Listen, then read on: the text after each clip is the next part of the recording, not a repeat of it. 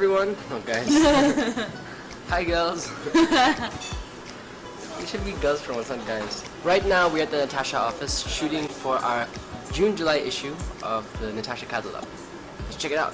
And this way. When you walk in, look towards the shoulder this side. And go.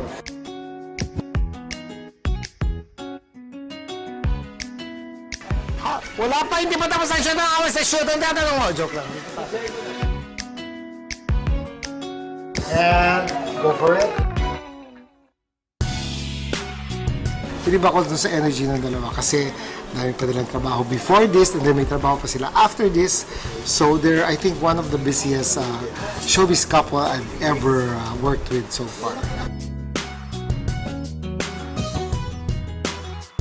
Saka kasi one by one.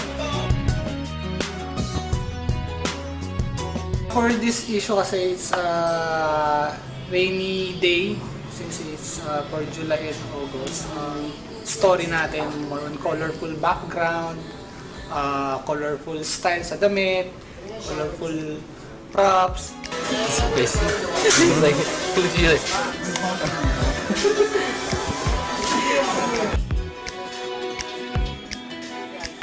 Nice one, nice one.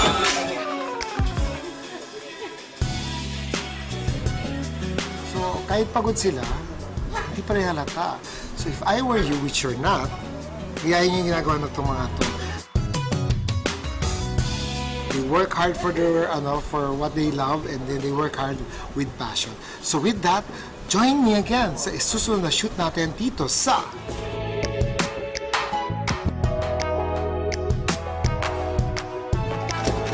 Good. Squint a little and go for it.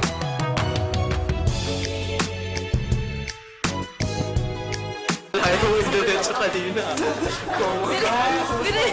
Palabas to? Diba, alam ko ganyan. Walang buta. Si James, very professional. Magaling siya mag-model ng clothes. Saka bagay na bagay sa kanya yung mga damit. Ganun din for Nadine, maganda yung nila, yung pag-represent nila dun sa TRU. Sila talaga yung TRU. Tapos yung legs, palikod na. It goes down here and this spot's like... No, it's here pa lang. Here pa lang, yun nga weird nga eh. Dito pa lang sa taas, pag ganun na siya. Yes. Maganda kasi yung chemistry ng dalawa. Makikita mo talaga nagre-reflect siya dun sa mga photos and very fun katrabaho.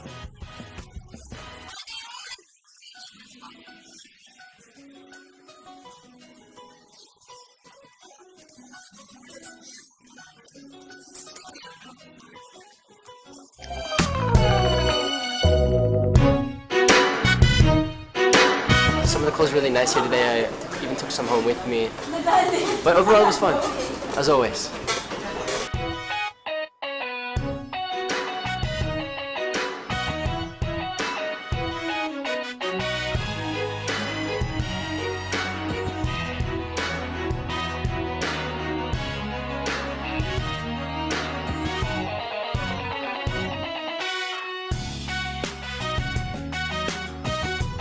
I'm so happy talaga kasi ngayon ko lang na-experience yun.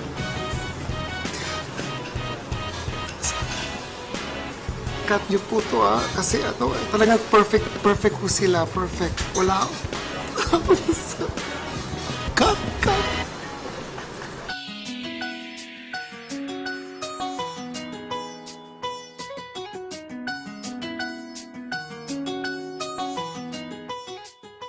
Thank you sa pagsama niyo sa amin today, guys. Sana nag-enjoy kayo and we hope to see you again soon dito lang sa #JB. Bye!